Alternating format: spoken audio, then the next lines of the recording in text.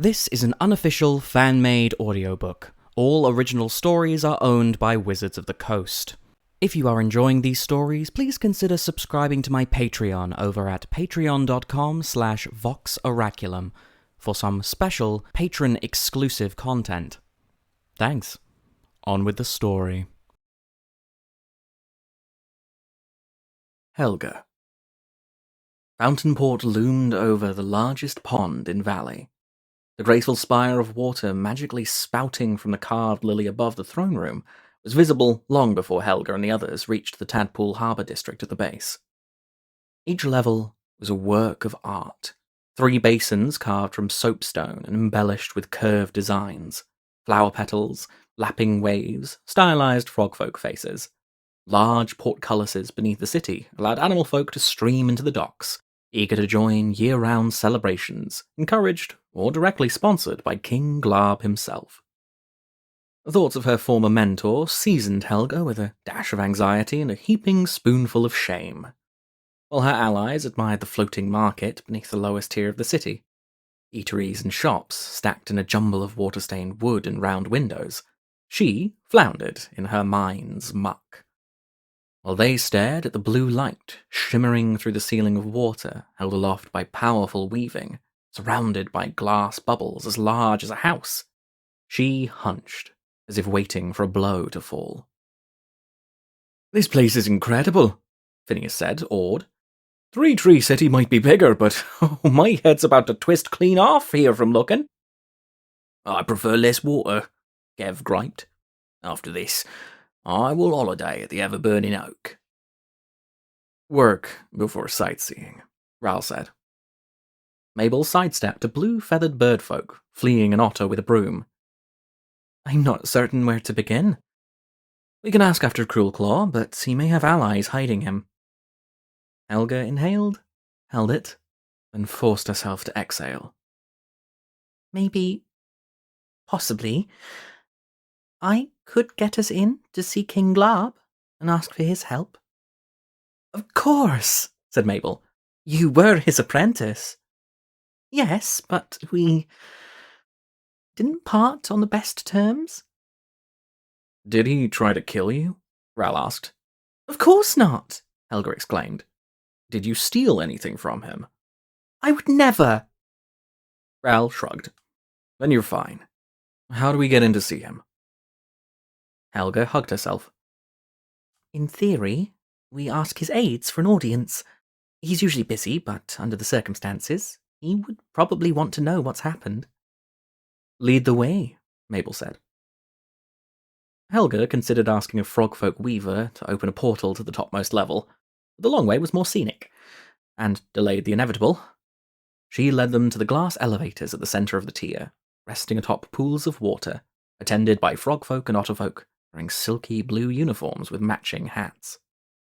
When enough animal folk crowded onto a platform, the attendant sent a flow of magic into the water, pushing the elevator up to the next level. They climbed onto a disc, and with a gentle lurch the elevator rose. Helga peered down through the blue-tinted glass. The boats drifting between docks and lily pads shrank, roofs receding, and obscured by bubbles hovering beneath the ceiling. The enchanted water that separated the tiers parted, and they soon found themselves resting on a pool like the one on the level below. "Going up or stopping?" the attendant asked. "Up," Helga replied. They continued, the view beneath them changing.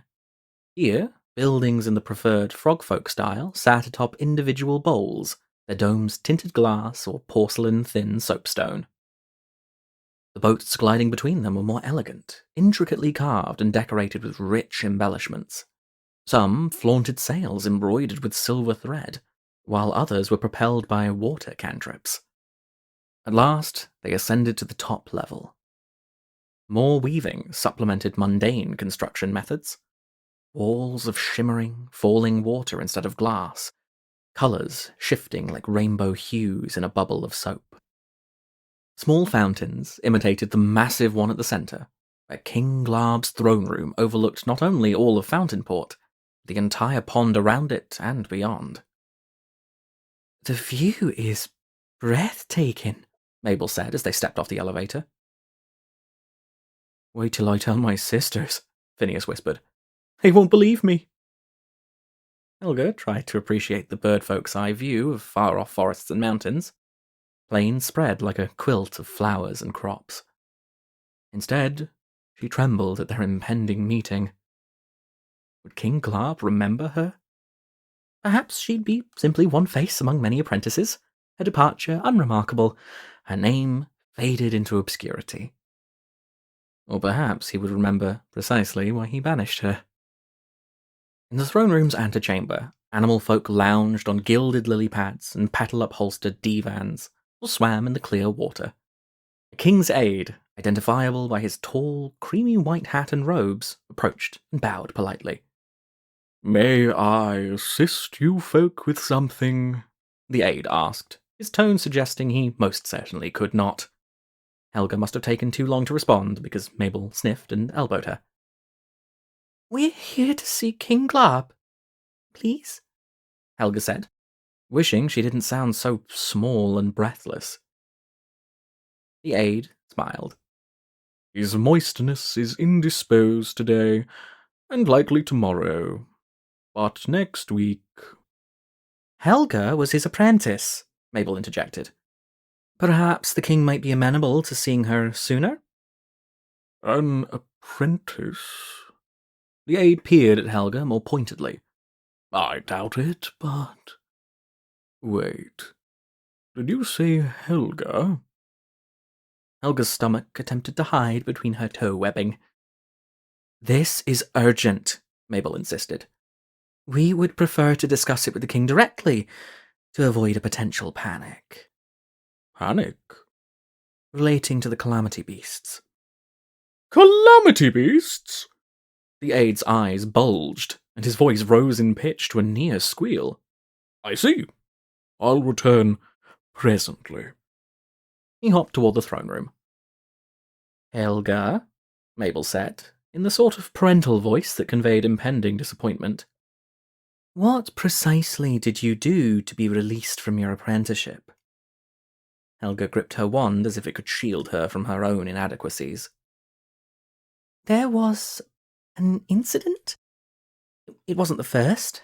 I often struggled to stay attentive, but this one was worse." "I can't imagine it was so bad," Phineas said encouragingly. "We were practicing waterspout cantrips. King Glarb's aide released a swarm of gnats, and we were supposed to hit them with the spouts." "You hit something else?" Ral asked. Helga winced. "I hit King Glarb. Or rather, his staff. I was looking the wrong way, and it doesn't matter. We were near the edge of the tier, and the staff, fell." "Oh no," Mabel said. "I opened a portal under it and another next to me so it would fall into my hand." Helga closed her eyes. "Except the king was standing there, and he'd sent out a water whip to catch the staff." Ral made a choking sound. "So King Glarb hit himself with his own water whip through the portal. Then the staff fell on his head. It was falling so fast." Helga swallowed. "He spent days recovering from the concussion. And the staff broke." "Oh, Helga." Mabel patted her arm. "You mustn't dwell on past embarrassments." "How can I not?" Helga demanded. "I never do anything right. I nearly dropped you the last time I tried a spell." "Strictly speaking," Gev said, blinking his third eyelid, "your last spell kept the rain off while we ran from the Dragonhawk." Helga opened her mouth to argue, but closed it. He was right. She'd managed that cantrip fine. "Still, that was only the one time." "What about the augury?" Phineas asked. "That worked too?" "None of us is perfect," Mabel said. "My first attempt at blurring, I ran straight into a thistle." "But now look at you! You're amazing, and I'm still me." Helga pressed her lips together, not wanting more sorrow or venom to fall out. "You must forgive yourself, Helga," Mabel said gently. The past informs who we are, but it need not define us. Look into your future, and I see a brighter path. If only it was so easy, Helga thought miserably. Perhaps it was like her water stair cantrip.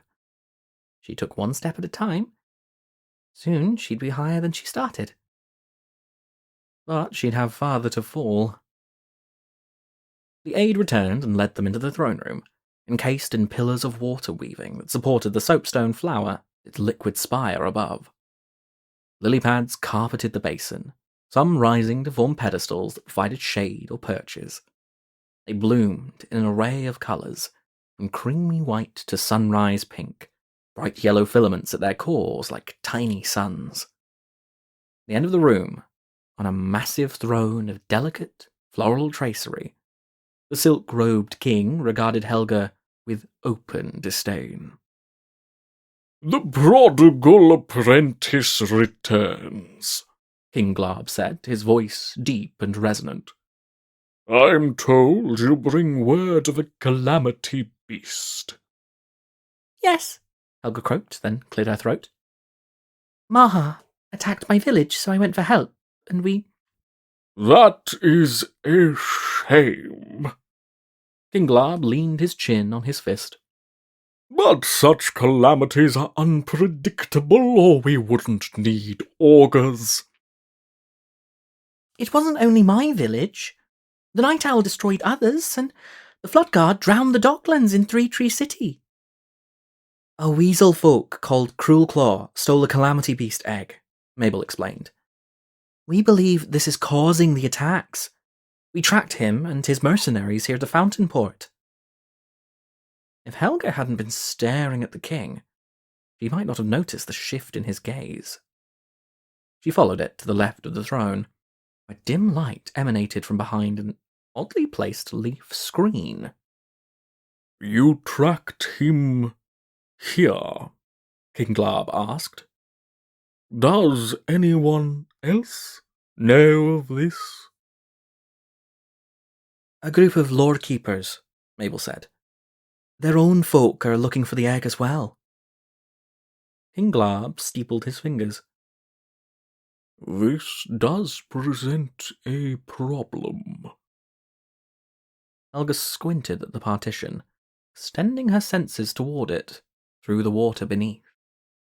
Whatever was behind it felt powerful, magic pulsing from it like a heartbeat. If you can find the egg, Mabel said, we can return it to where it came from, and hopefully stop the attacks.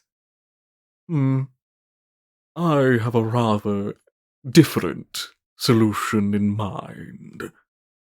I don't expect a simple mouse folk like yourself to understand, but sometimes sacrifices must be made for the greater good." Sacrifices? Phineas exclaimed. The greater good? Mabel repeated slowly. Dread flooded Helga's limbs in a cold, burning rush. With a tendril of water, she pulled down the screen to reveal what it hid. A massive egg sat within an ornate lattice nest, its velvety blue shell swirled with specks that glittered like stars. The Calamity Beast egg! Helga reeled from shock. You have it? "I should hope so," King Glarb replied. "I paid Cruelclaw extremely well to bring it here." A red-coated weasel folk emerged from behind the throne, looking just as he had in Coffee's spelled image, one eye scored by scars, a rapier hanging from his belt.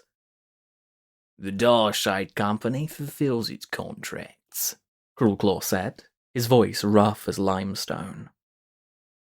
"You see, little Helga," the king continued, "with the right weaving, I can control the Calamity Beast within that egg. Imagine never again fretting about sudden changes in seasons, or drought, or plague. Our very own champion would defend all animal folk in the valley, repelling the other calamity beasts by my command. Helga struggled to contain her anger. You've caused so much destruction. Not only my village, but others. Three Tree City flooded. The calamity beasts are too dangerous for anyone to control. Do you want to be like the weavers of old, who became mindless monsters? History will vindicate my actions, King Glarb scoffed. I will be remembered as a pragmatist, nay, a visionary, who ushered in a new era of peace and prosperity. You've let your fears overcome your good sense, Mabel said. The ends don't always justify the means, Ral added. Believe me, I know. King Glarb waved dismissively. Your opinion matters not. You won't be alive for long to continue espousing them, or I'll seal you away in some deep hole, so you can repent when my plans come to fruition. You're welcome to try, Mabel said, a hand on her sword hilt. Who are you to defy me? King Glarb said. A pack of farmers and a failed weaver? And he peered at Ral. Whatever is that contraption on your arm, it matters not. His eyes glowed blue, like the depths of a pond, and water ropes wrapped around Helga and the others. Cruelclaw, dispose of these pests. Darshades, take 'em, Cruelclaw ordered. A dozen armed mercenaries emerged from a side room. Helga struggled against the bonds, pliant yet unbreakable. Zoraline awoke and tried to stretch. Why am I tied up? Can you free us with a spell, Helga? Mabel asked. King Glarb warbled a laugh. You imagine Helga's magic could surpass my own? Stuff and nonsense. She can barely manage simple cantrips. As weavers go, she's an utter failure. Hearing the same words she told herself, spoken bluntly by her former mentor, struck Helga with the force of a blow. She sank to her knees, the water constricting her, mocking her shortcomings. Don't listen to him, Helga, Mabel insisted. We wouldn't be here without your augury. You're only a failure if you give up. Helga stared into the obsidian eyes of the mousefolk who had trusted her from the beginning, who defended her against doubters and detractors, who always encouraged her to keep trying. It didn't matter what the voices in her mind said. It didn't matter that her family never supported her, or that King Glarb thought her a fool. Mabel believed in her. Mabel needed her help. Helga only knew a few minor cantrips, but sometimes small magic was big enough. As Cruelclaw approached her, sword drawn, Helga focused on his feet. Beneath them, she weaved her water step spell. With a jerk of her chin, she sent him sliding toward King Glarb, who raised his hands to ward off the impact. His weaving failed, liquid bonds dissolving into the floor of the throne room. Mabel drew her sword, which flared orange. Gev pulled out his fire maces, flames dancing along their heads. Phineas knocked 3 arrows, while Hugs stretched to his full height and cracked his neck. Even Zoraline spread her wings menacingly, snub nose tilted up in scorn. Come on, then. Helga formed a rotating shield of water around herself. Let's show his moistness what a pack of farmers can do. Mabel. Much as she would have loved to dwell on her pride at Helga's bold pronouncement, Mabel stored that sentiment in her mental pantry and focused on the fight ahead.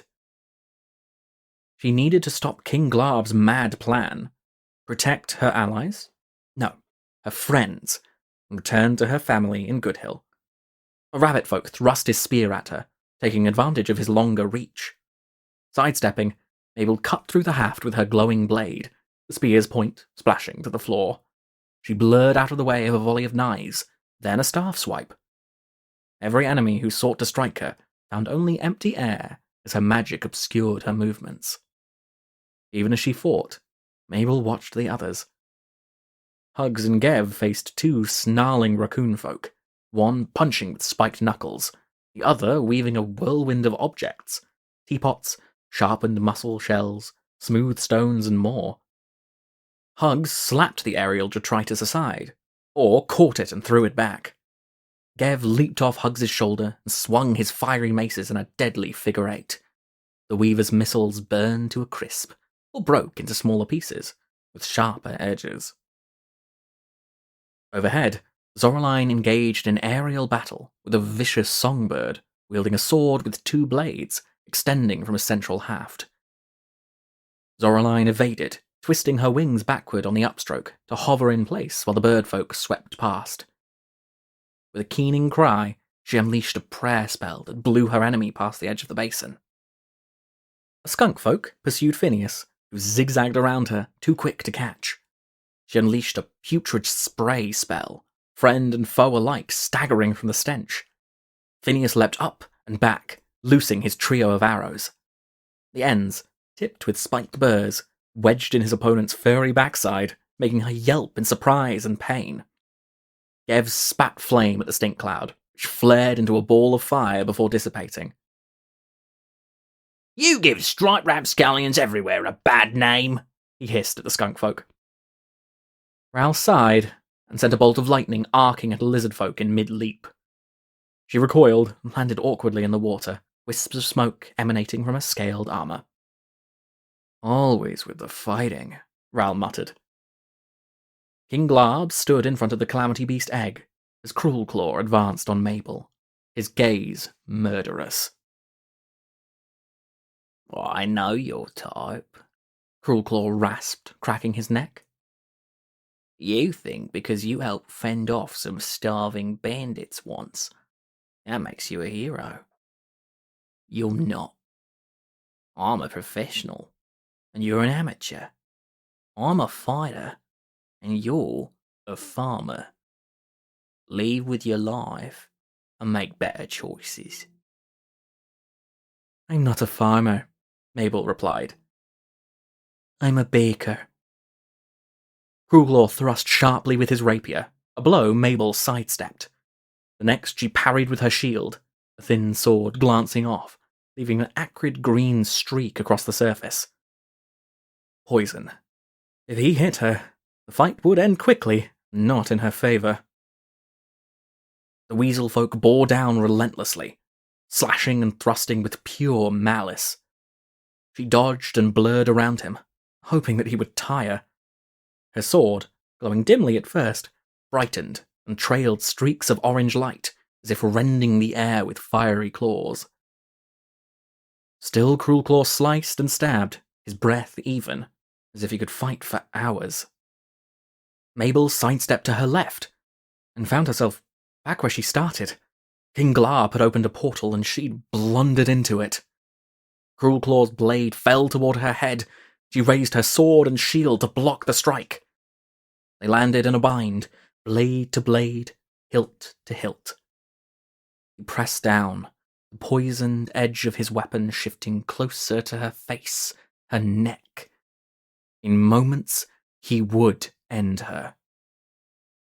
"She's always been my hero," Clem spoke from the depths of her memory.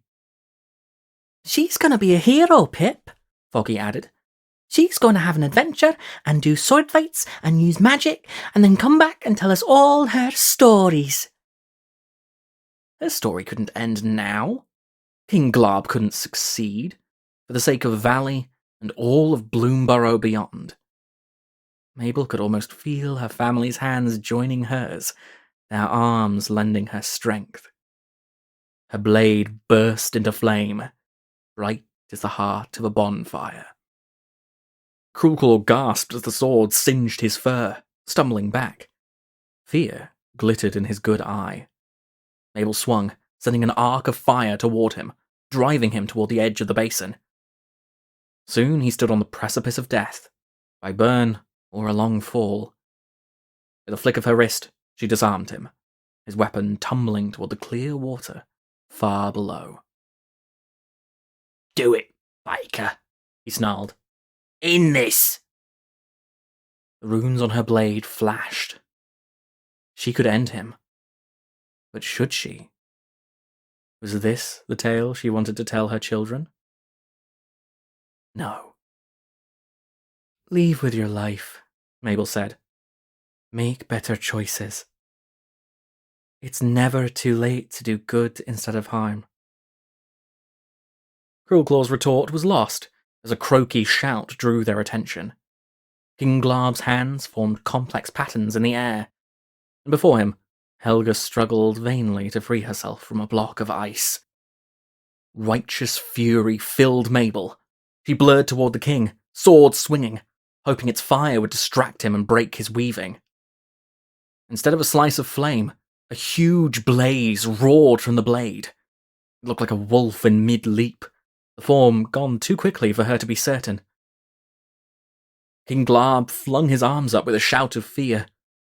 Mabel reached Helga's side in a few steps and jammed her flaming blade into the frozen block. It melted, like sugar in hot water. Shivering, Helga stood beside Mabel, who raised her shield. King Glarb, composure recovered, formed the liquid beneath his feet into a platform that lifted him into the air. He gestured to his right and left as if conducting an orchestra, streams of water arcing out and down from his pedestal like fishing line. Their ends curved into hooks, ready to snare Mabel and the others like minnows. Above him, storm clouds gathered. If only you possessed some true vision, King Glarb bellowed. We could have celebrated the birth of a new valley together. A valley of bones and ashes, Helga screamed back. Who would celebrate that? The clouds darkened, blotting out the sun. The wind shifted, from gentle breeze to frantic frenzy. King Glarb's hooked lines began to spin around his platform.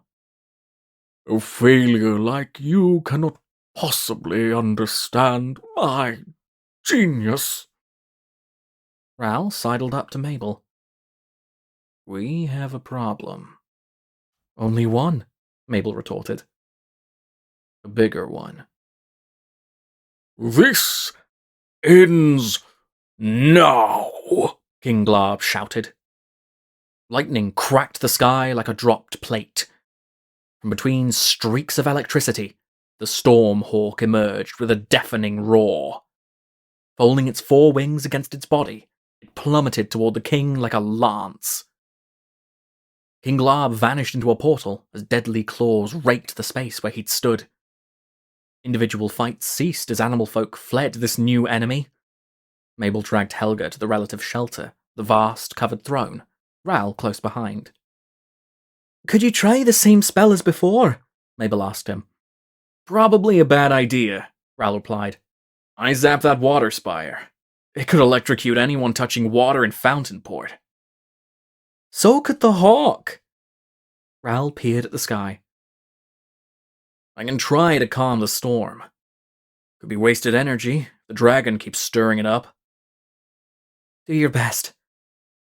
Mabel's sword pulsed, heat surging up her arm and through her body. This was her fight. She needed to protect her friends and the city. Mabel charged out from beneath her cover. A roar split the air as the creature dove, barely missing a birdfolk who flung himself over the side of the basin. She wanted to reach the dragonhawk. She needed to get higher. There. The stone lily. Helga! Mabel called. I need your step cantrip! She pointed with her sword. Understanding dawned in Helga's expression. Stairs of water slid out from one of the magical arches holding up the lily. Mabel blurred toward them and began to climb. She reached the stone flower, droplets spraying her as the wind tugged her armor. Thunder boomed. Mabel raised her flaming blade, a beacon, daring the Stormhawk to attack her. Eyes bright with lightning, it swooped, talons extended. Mabel prepared to mete out justice. Or meet her death. A shriek rent the air as the dragon bird tumbled sideways, struck by a new foe. Maha, the night owl, trailing a curtain of darkness. Blue-black ribbons streaked with glittering stars split the grey clouds. The two enormous raptors appeared evenly matched, gliding through a lightning-racked sky. However, the Calamity Beast seemed to predict the hawk's movements, even guiding them with practiced maneuvers. Its glowing turquoise markings blurred into streaks of twilight, circling, chasing, vanishing, like the moon behind clouds, only to reappear in front of the dragon bird. Inexorably, foul weather gave way to clear night. The night owl's talons closed on the storm hawk's tail feathers, wrenching one free. The creature's roar rose sharply in pitch, in surprise or pain. The dragon bird beat its 4 massive wings and soared into the star-strewn sky. Soon, it disappeared, taking all remnants of foul weather with it. The night owl didn't give chase. It perched on the edge of the basin, the bright beams of its eyes gazing at Mabel expectantly. In that moment, Mabel felt as if she understood precisely what had occurred, how to make it right. She scrambled down the water steps held in place by Helga's cantrip, racing toward the giant egg in its magic nest. Carrying it proved awkward. It was larger than her and surprisingly heavy. Cautiously, Mabel brought the precious cargo toward the unmoving, unblinking night owl. Soon, Mabel stood close enough to the Calamity Beast that, if it so chose, could grasp her in its terrifying talons, consume her in a single gulp. Her heart fluttered faster than a dragonfly's wings. She offered the egg to the creature. "This is yours, isn't it?" Mabel murmured. "You must have been beside yourself with worry. I would be too." Could the creature understand her? Could a storm or a wildfire? Mabel didn't know. But she hoped. The night owl gingerly took the egg. Its fathomless eyes softened, its feathers relaxed. Still silent, it spread vast wings and took to the air on a gust of cool wind. The dark in its wake now felt peaceful rather than malevolent.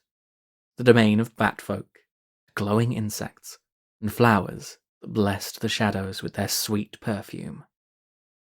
"How did you know?" Ral asked.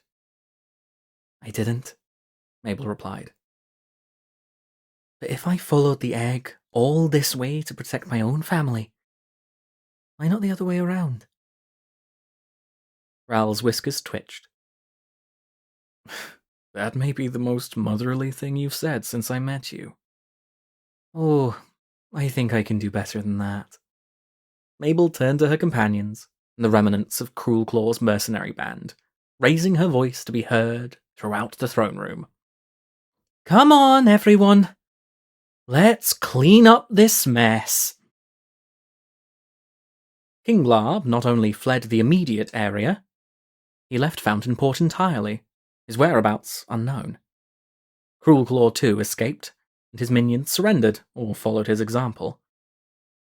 City officials promised investigations and justice for the egg thieves, but Mabel considered her part in the story to have reached its conclusion with the threat of the Calamity Beast settled. A cabbage transport was summoned to carry the group home, big enough to fit even Hugs comfortably. The construct bobbed less than the Otterfolk's boat as it skittered on spider-like legs along the main road toward Goodhill.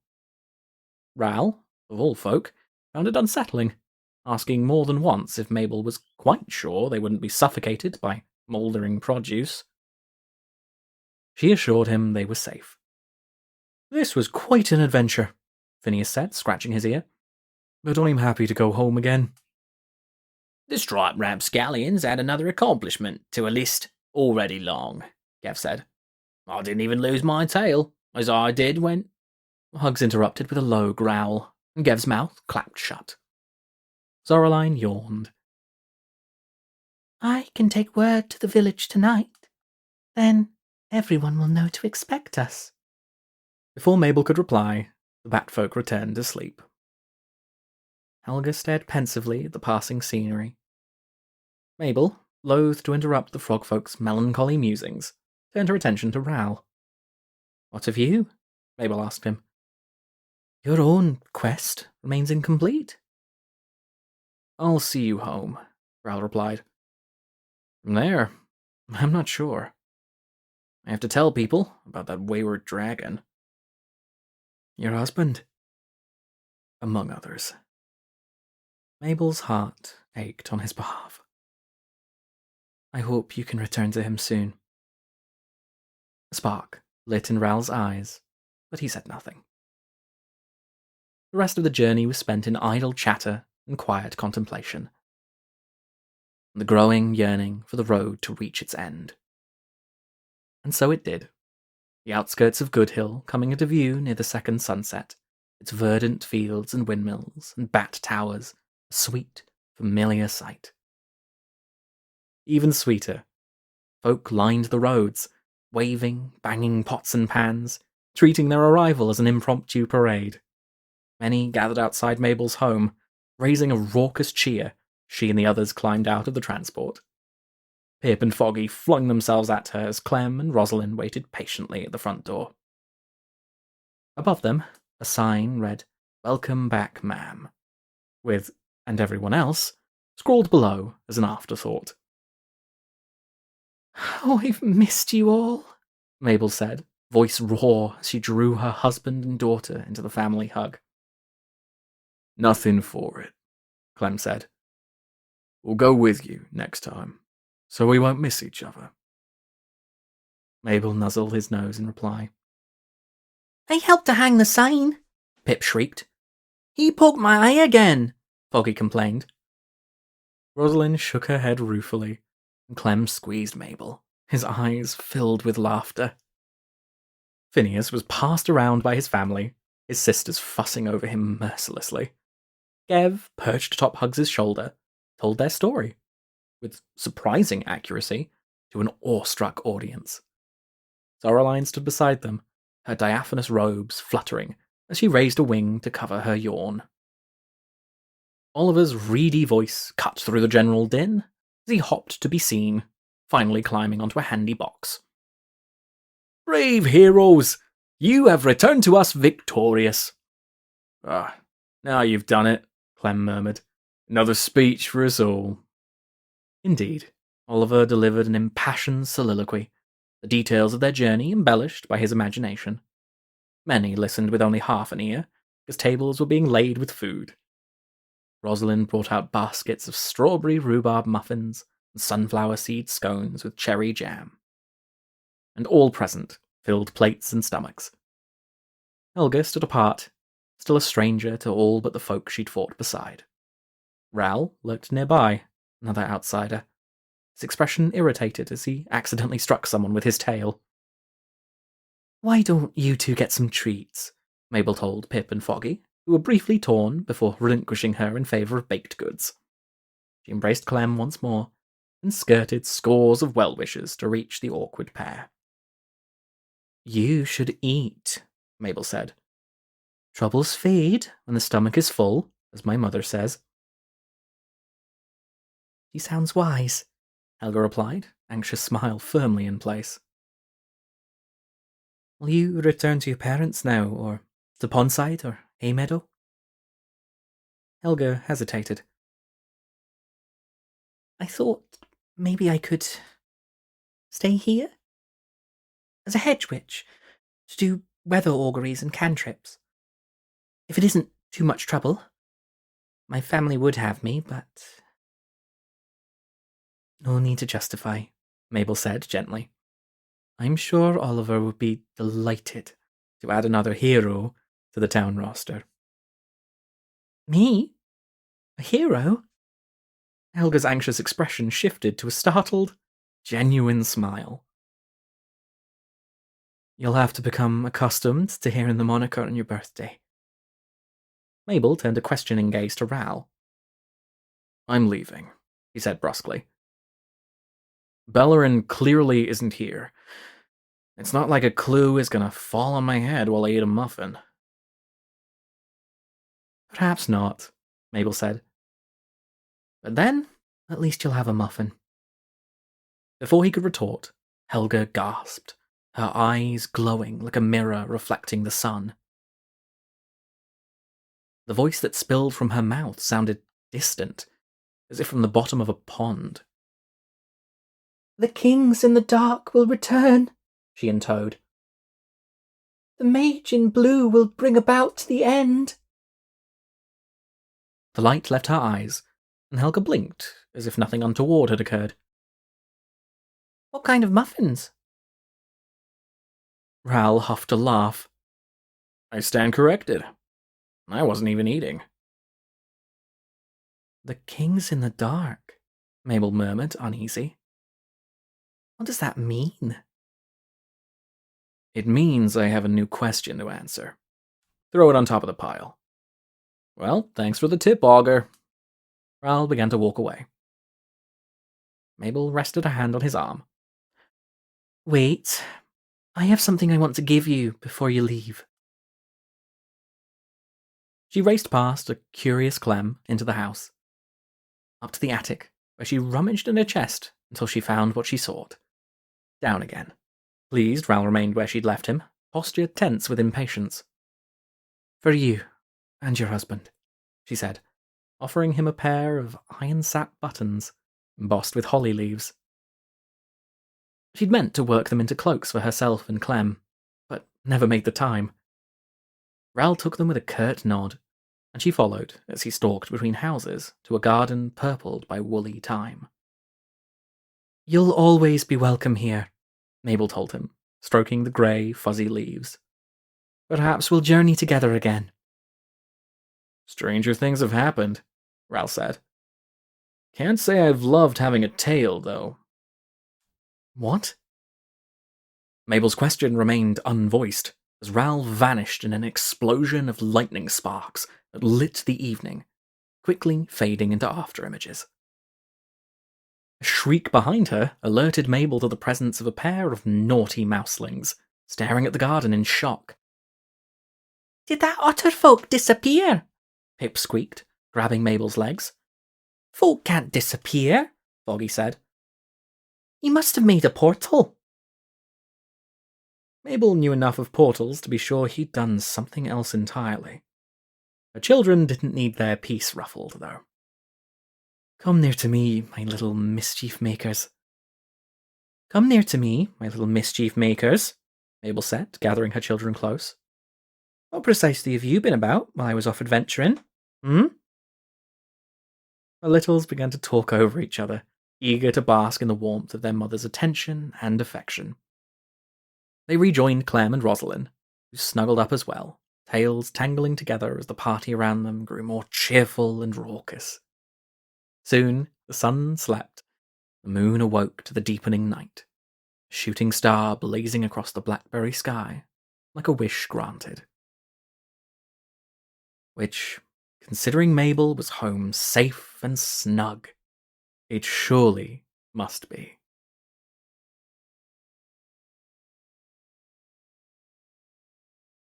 A special thanks to all of my patrons, especially Owen Griffin and the Alexandrites.